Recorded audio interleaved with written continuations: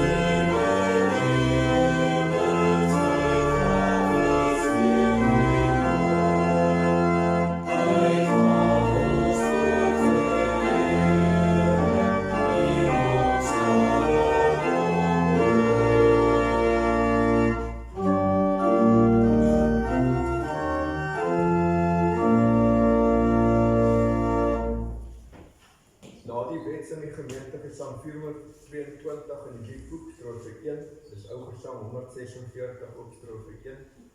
En na die belydenis, Gesang 411 in die liedboek, strofe 1 en 2, dis ou Gesang 142, ook strofe 1 en 2. Gemeente, waaruit ken ons ons sonde en ellende? Ons ken dit uit die wet van God. Luister dan met aandag na die wet van die Here, soos dit vir ons opgeteken is in Eksodus 20. Toe het God al hierdie gebooie aangekondig.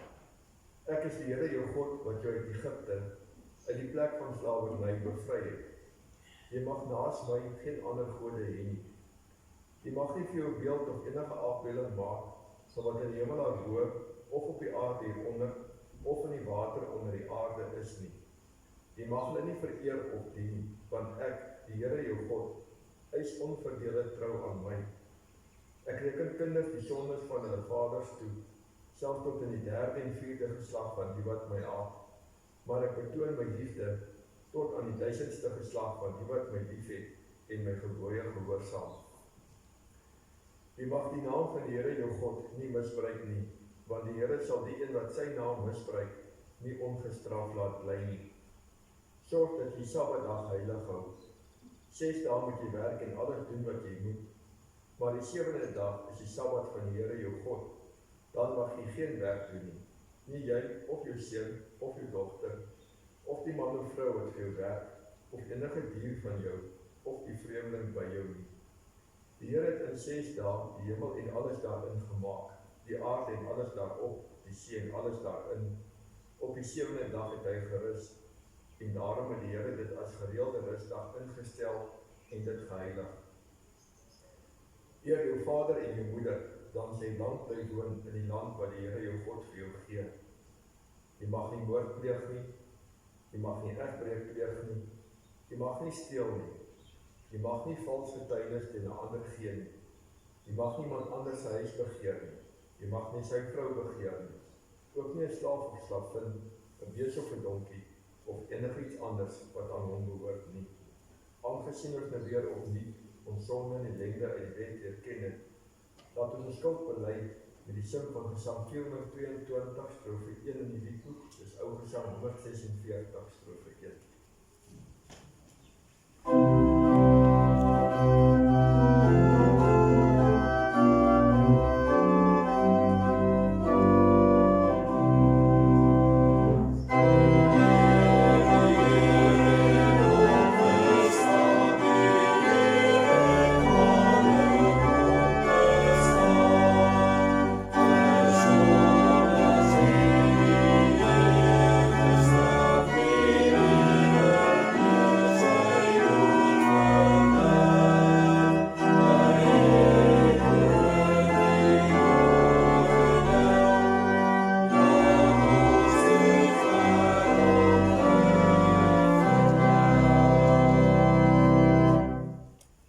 As jy met jou mond bely dat Jesus die Here is en met jou hart glo dat God hom uit die dood opgewek het, sal jy gered word. Met die hart glo ons en ons word vrygespreek, met die mond bely ons en ons word gered. Laat ons dan 'n belydenis van ons algemene Christelike geloof doen en laat elkeen van ons in sy hart soos volg spreek.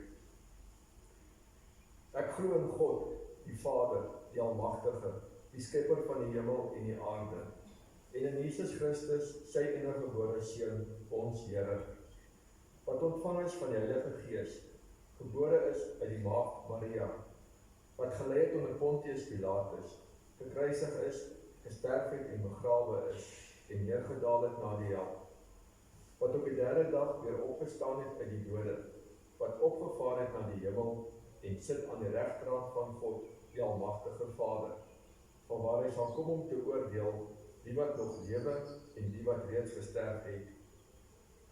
Ek glo in die Heilige Gees. Ek glo aan 'n heilige, algemene Christelike kerk, die gemeenskap van die heiliges, die vergifnis van sondes, die opstanding van die vlees en die ewige lewe. Amen. Aangesien ons nou ons geloof bely het, laat ons lewe aan die Here toewy in die sin van Gesang 411 in die Liedboek, strofe 1 en 2, is Ou Gesang 142, ook strofe 1 en 2.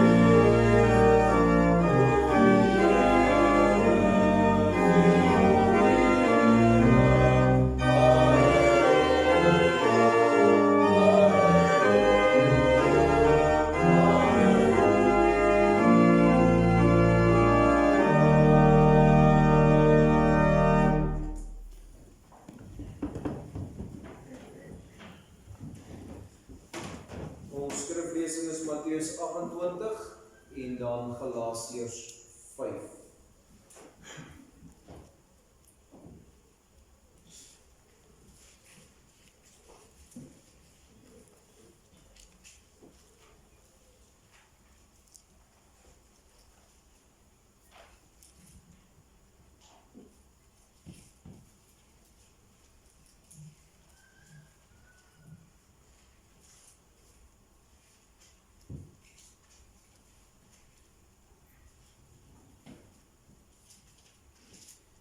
Matteus 28 vers 1 tot 10 en dan Galasiërs 5 vers 1 tot 6. Na die Sabbatdag, toe dit die Sondagmôre begin lig word, het Maria Magdalena en die ander Maria na die graf gaan kyk. Skielik was daar 'n geweldige aardbewing, 'n engel van die Here het van die hemel afgekom, na die graf toe gegaan, die klip weggerol en daarop gaan sit. Sy voorkoms was so blink soos weerlig, sy klere so wit soos sneeu. Van skrik vir hom het die wagte gebewe en soos dooies geword. Toe sê die engel vir die vroue: "Julle moet nie bang wees nie. Ek weet julle soek Jesus wat gekruisig is. Hy is nie hier nie, want hy is uit die dood opgewek soos hy gesê het. Kom nader en kyk, daar is die plek waar hy gelê het. Gaan gou, sê vir sy disippels, hy is uit die dood opgewek. Hy gaan julle vooruit na Galilea toe, daar sal julle hom sien, dit is wat ek vir julle moes sê." Hulle het toe haastig van die graf af weggegaan, bang maar baie bly, hulle het gehardloop om dit aan die disippels te vertel. Skielik het Jesus daar voor die vroue gestaan en hulle gegroet. Hulle het nader gekom, sy voete gegryp en hom aanbid. Toe sê Jesus vir hulle: "Moenie bang wees nie. Gaan sê vir my broers, hulle moet na Galilea gaan. Daar sal hulle my sien." En dan Galasiërs 5 van vers 1 af. Christus het ons vrygemaak om werklik vry te wees. Staan dan vas in hierdie vryheid en moet julle nie weer onder 'n slawejuk laat indwing nie. Kyk, ek Paulus sê vir julle: as julle laat besny, sal Christus vir julle geen betekenis hê. Ek sê dit weer nadruklik vir elkeen wat hom laat besny. Hy is verplig om die hele wet van Moses te onderhou. Julle wat van julle sonde vrygespreek wil word deur die wet te onderhou, julle het julle band met Christus verbreek. Julle het die genade van God verbeur. Wat ons betref, deur die werking van die Gees is dit ons hoop en verwagting dat ons deur te glo vrygespreek sal word. In Christus Jesus is dit nie van belang of jy besny is of nie. Al wat van belang is geloof wat deur die liefde tot dade oorgaan. Tot sover lees ons uit die Heilige Woord. Gras verdor en blomme verwelk, maar die woord staan tot in ewigheid. Kom ons bid saam.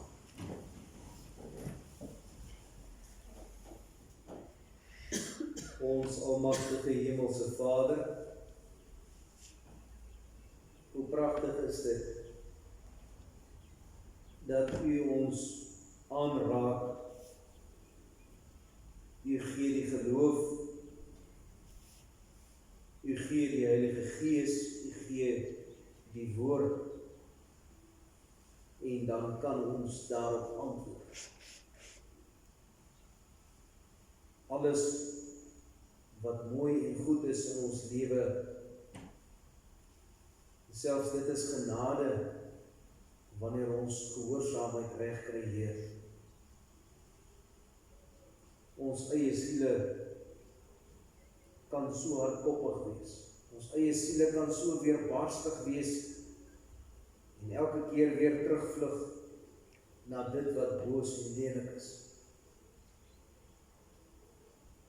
En dan kan ons die genade beleef van die troos wat sê, ons is en ons bly nogtans die kinders. Ons herdenk vandag die opstanding van ons Here Jesus. En hierdie hele Paasnaweekse gebeure is die belangrikste wat daar ooit in die geskiedenis van die mensdom kon gewees het. Dit is wat vir ons die lewe oopmaak en wat dit moontlik maak. Dit is die onderskeid tussen geloof en ongeloof. Daarom pleit ons troue Heer, dat U woord vir ons sal oopgaan, dat U deur die Gees in ons harte sal werk, en dat ons daaruit mag leef. Ons vra dit in afhanklikheid in Christus naam. Amen. Kom ons sing Gesang 422, die derde strofe. Dit is in die liedboek 422, in die ou boekie Gesang 146, die derde strofe.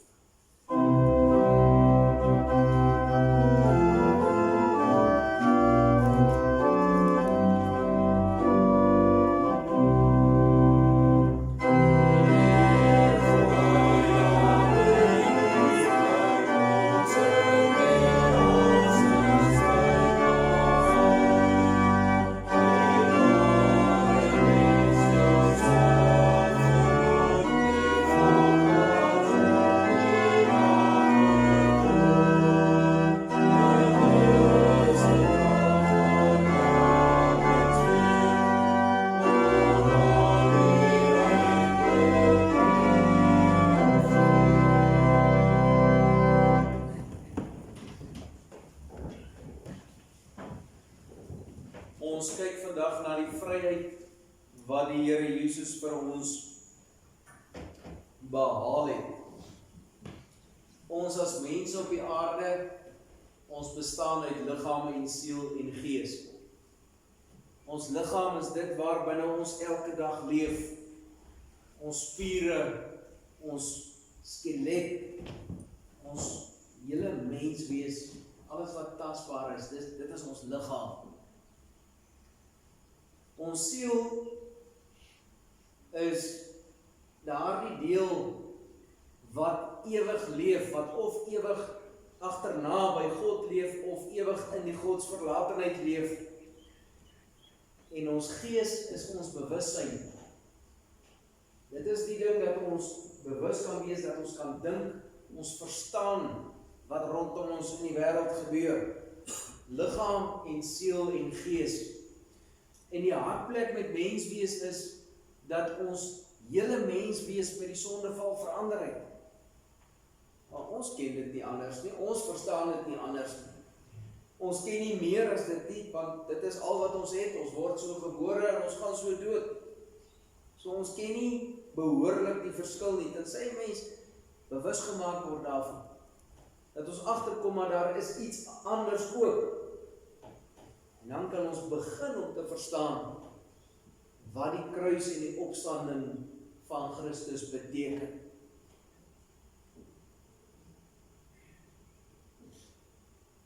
Kom ons begin heel by die begin, eintlik nog voor die begin. Dit is so ironies, ons praat van die begin en dan kan ons maar net verwys na toe die skepping begin het. En wat was voor dit? Voor dit was God.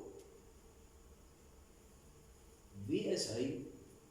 Wat is hy? Wat doen hy? Hoe maak hy? Wat is sy aard? Wat is sy karakter? As ons in die Bybel begin lees, hoe is dit as 'n mens met God te doen het, of hoe lyk dit in die hemel? Hoe werk dit in die hemel? Een van die eerste sake wat die Bybeltekste vir ons verduidelik, is die uitstraling wat van God af plaasvind. Dit is lig, dit is heerlikheid. En elke keer as ons in die Bybel lees van iemand wat die voorreg gehad het dat hy in die geesteswêreld, in die godsdienstige wêreld van God, dat hy daar mag inkyk,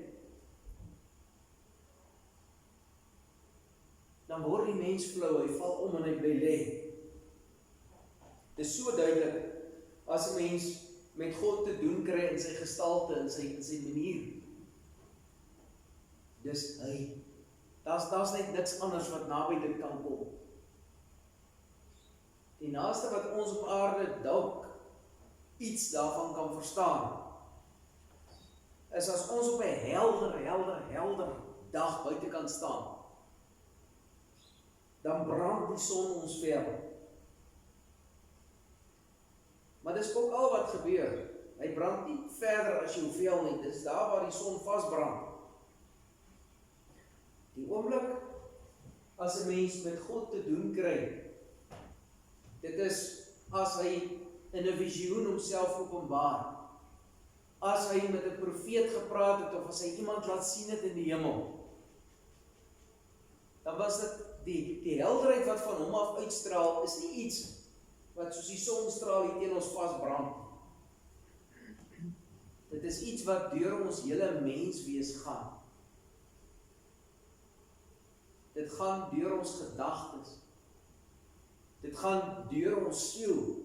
Dit trek, daar's net niks wat weggesteek is as jy in die teenwoordigheid van God kom. Volledig, heeltemal alles. Hy vervul net alles.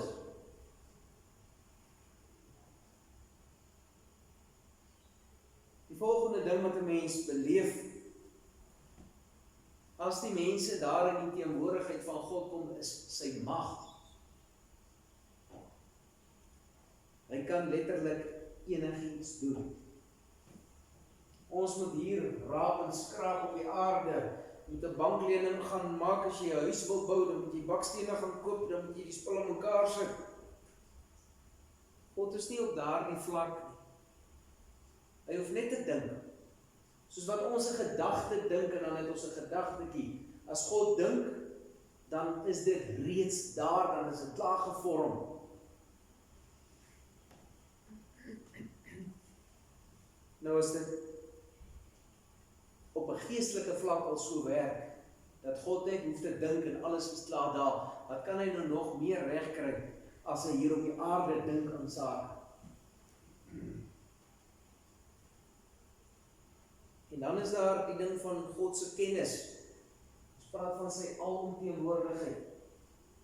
God is altyd, oral, en hy verstaan ten volle, en hy ken ten volle, en hy weet hoe die dinge werk. As ons as mense nou na 'n boek sou kyk, dan sien ons altyd net die voorkant en die een kantjie en miskien die bokant as hy skuin staan. Ons kan nie die agterkant sien. Ons kan nie die onderkant sien nie, want ons kan nie om 'n hoek kyk nie. En as ons wil weet wat binne in 'n boek staan, dan moet ons hom oopmaak en ons moet binne in kyk.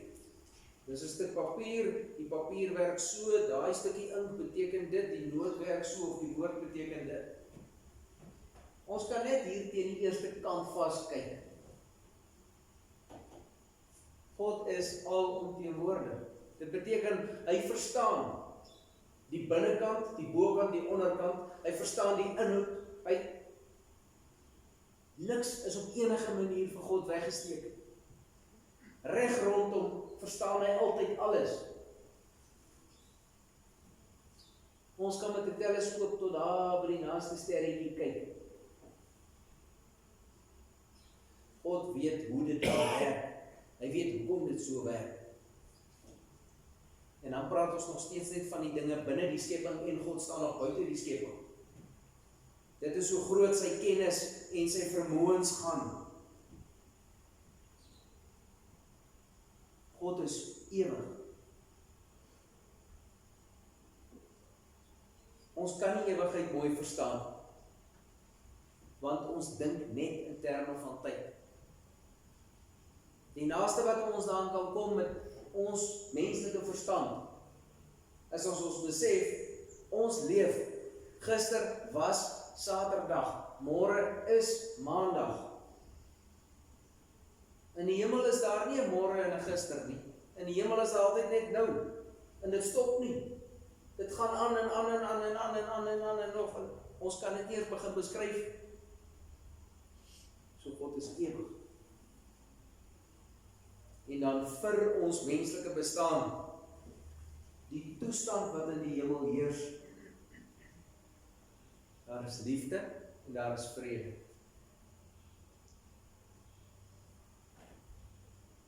God se liefde vou so toe, soos wat ons 'n babatjie sou toevou, om daardie kleintjie te beskerm en te versorg. God se liefde vou so toe, en dit maak gesond, en dit maak reg. Nou sit ons met die probleem, ons moet dit wat ons nie kan sê nie, moet ons sê, dit wat ons nie kan verstaan nie, moet ons probeer sê. Die vrede wat by God in die hemel heers, beteken daar is nie 'n traan nie, Daar is nie hartseer nie, daar is nie nood nie, daar is nie bekommernis nie, daar is nie haat nie, daar is nie woede nie. Dit is nou maar hoe ons dit moet sê met ons woordjies wat ewig te min is. Die Bybel sê, God is alles vir almal. Hy laat die dinge word soos wat hulle moet wees. Presies, elkeen op sy plek en sy tyd. Daardie toestand van liefde en vrede, dis al wat daar is.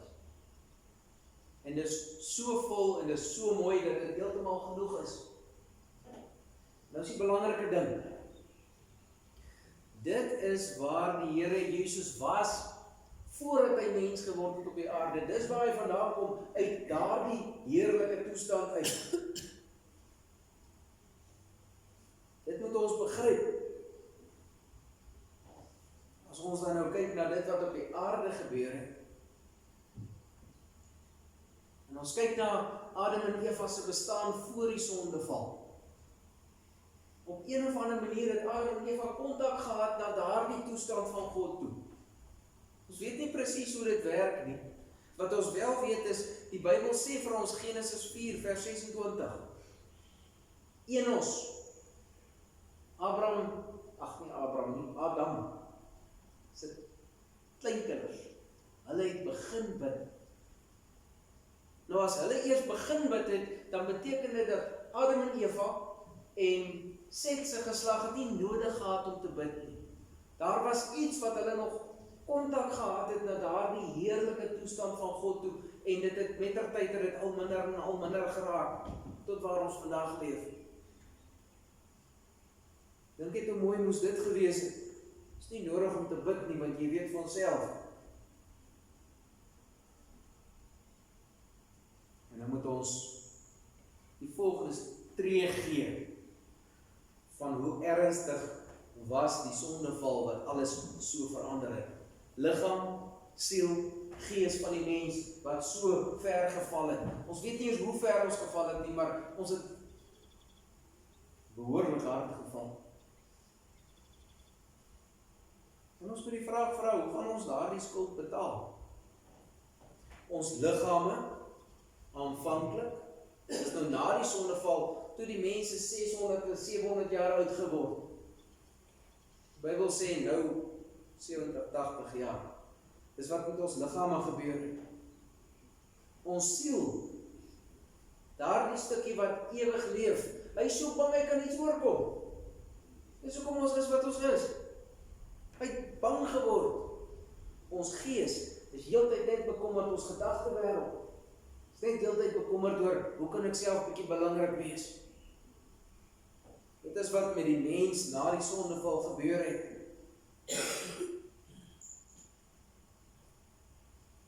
Ons daaglikse bestaan, as mens nou mooi dink, hoe blink en heerlik en eindeloos en volmaak God se toestand is, dan sit ons hier met ons menslike bestaan wat eindig is, wat stikkend is, wat sterflik is, wat bang is, en nou moet ons mooi besef, nou, dan nou in daai tyd, dan kom die Here Jesus uit die hemel uit, en hy kom in hierdie stikkende toestand in, hy kom mens word, hoe saam met ons. Dis wat gebeur het toe Christus gebore is.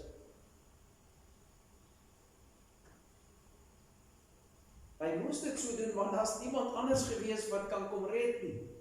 Daar is niemand anders wat die fout kan regmaak nie, daar was net niks gewees nie. So God word mens, en hy kom leef saam. Hy beleef wat ons beleef. Hy word honger, as hy nie kos gekry het. Hy was dors, hy was hartseer, hy was kwaad. Elke enkele ding, al hierdie goed wat ingekom het, vandat hulle daardie verbode vrugte gevat en geëet het. Alles het Jesus vir ons kom dra. Hy het so saam met die mens gestaan.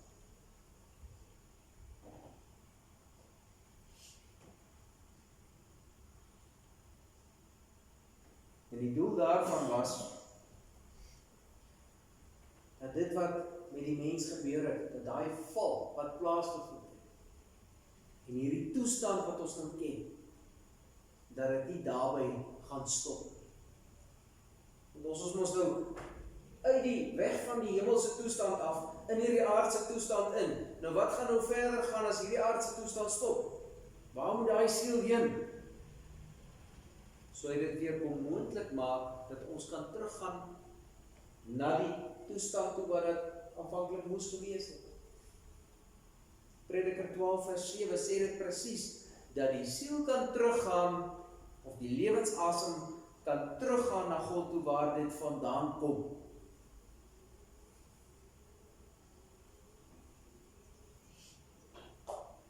En die bewys van wat met die opstanding gebeur het, of die opstanding is die bewys.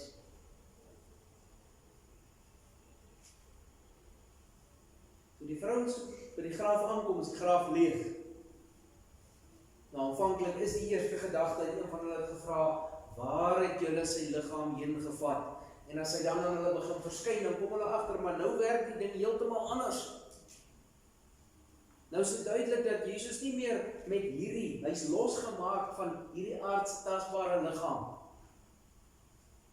Die siel het nou klaar oorgevat. En as ons dan nog later lees, Openbaring 1, dan sien 'n mens na die toestand waarna toe hy teruggekeer het.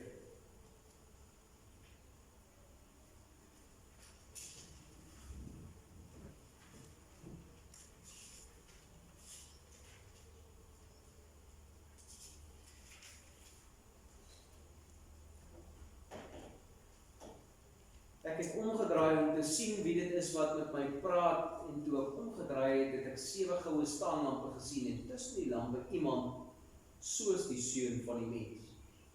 Hy het 'n lang kleed aangehad en 'n goue band om sy bors gedra. Die hare op sy kop was wit soos wit wol, soos sneeu. Sy oë het soos vuur gevlam. Sy voete was soos geelkoper wat in 'n smeltwind gloei, sy stem soos die gedruis van 'n watermassa. In sy regterhand het hy 7 sterre gehad en 'n skerp swaard met 2 snykante het uit sy mond uitgekom. Sy hele voorkoms was soos die son wat op sy helderste skyn. Dit is waarna toe Christus toe nou weer teruggekeer het. Hy kom van daar af, hy's op die aarde in hierdie sukkel bestaan van ons, en dan gaan hy weer terug, sodat ons ook weer kan teruggaan soontoe. Hoe raak dit ons? Wat beteken dit vir elke dag se bestaan? Ons liggame is veronderstel om stadig maar seker al stadiger te word. Ons liggame is veronderstel om tot nie te gaan. Die Bybel sê dit hard en duidelik. Ons moet onthou, wie van ons, soos wat die wêreld nou werk, sou kans sien om 200 jaar oud te word? Wie van ons sou kans sien om net 150 jaar oud? As ons die tempo vat waarteen ons ouer word, dan wil nie een van ons 150 wees nie. Daarmee saam, die verval wat ons in ons liggame beleef, maak dat ons in die geloof 'n skuif maak, dat ons begin besef, maar die belangrike dinge in die lewe is juis dit, waaraan ons nie kan vat. Oud word, sukkel, siek word, is niks lekker nie, maar dit is genade, want dit is daar wanneer en hoe ons hemelse Heer met ons werk. Dit is daar waar hy ons snoei, en ons skaaf, en ons skuur.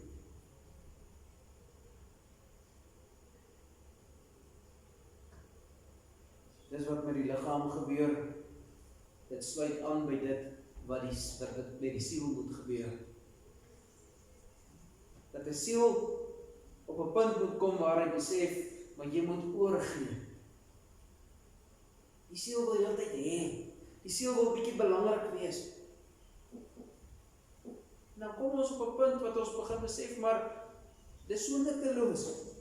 Dis so dom. Ons troos is nie dit wat die siel vir homself wil kan regkry en by mekaar maak in die wêreld. Ons troos lê daarin dat jy juis die asem moet uitblaas. Jy moet juis kan ontspan en laat gaan en kan verstaan. Dit gaan nie oor jouself nie. Dit gaan oor God. As die siel dit verstaan, dan is die gees geneig om so 'n bietjie agterna te stap in daardie rigting en te sê, maar dan moet ons gedagtewêreld en ons bewussyn moet ook aanpas en daardie gesonde geloofspad begin stap. Op daardie manier het die Here Jesus ons vrygemaak. Hy het ons liggaam verlos, al sien ons dit nie dadelik nie. Hy het ons siel verlos, hy het ons gees verlos. Dat dit wat die dood ons bedreig, die godsverlatenheid, wat elke dag aan ons deur kom klop, dit geld nie meer. Ons kan getroos leef, ons kan getroos sterf, want ons weet wat wag aan ander kant. Amen. Kom ons bid saam.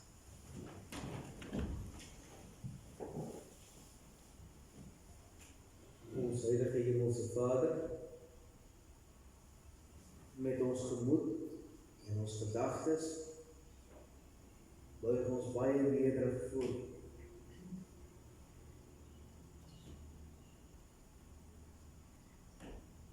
Ons moet duidelik tot die besef kom, Heer, dat alles wat aards is, gaan verby. Alles wat aards is net 'n tydelike saakie, en selfs dit moet ons so inrig dat dit tot U eer plaasvind. Die mooiste en die grootste dinge in die lewe is dit wat onsigbaar is. En ons is so swak, ons het so ver geval, dat ons self vir ons aardse bestaan hulp en troos nodig het. En dan sien ons raak hoe U vir ons sorg. Vandat ons baie klein is, dat U na liggaam en siel en gees voorsien. In ons gedagtewêreld, daarom dat ons herinner en vertroos word, in ons geloof, dat ons bemoedig word, om altyd weer die oog op die kruis te hou, wat vir ons die lewe oopsluit.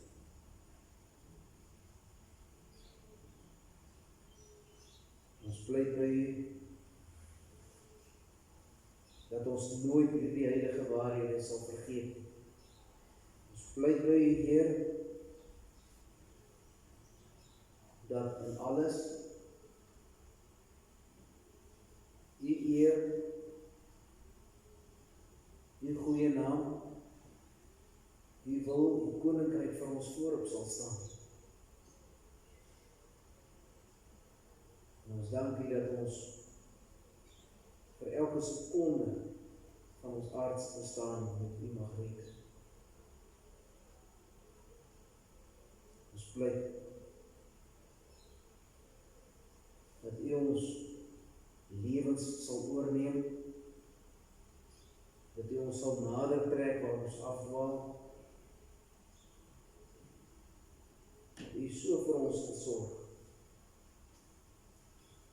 dat die ewige heerlikheid ons voorland mag wees. Wil U onsself keer waar ons afdwaal, Heer, wil U ingryp en ons selfs met 'n harde hand nader trek, dat ons tog net nie laat vaar. Ons bid dit alles in Christus naam. Amen.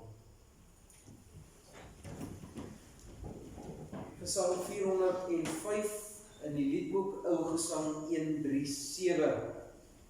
Ons sing daar die eerste, die tweede en die vierde strofes.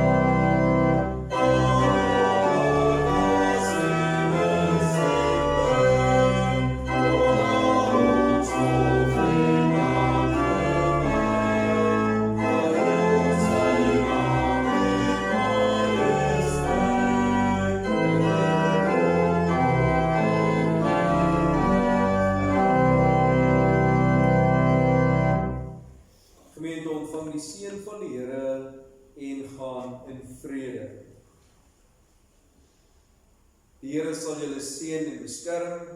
Die Here sal tot julle redding verskyn en julle genadig wees. Die Here sal julle gebede verhoor en aan julle sy vrede gee.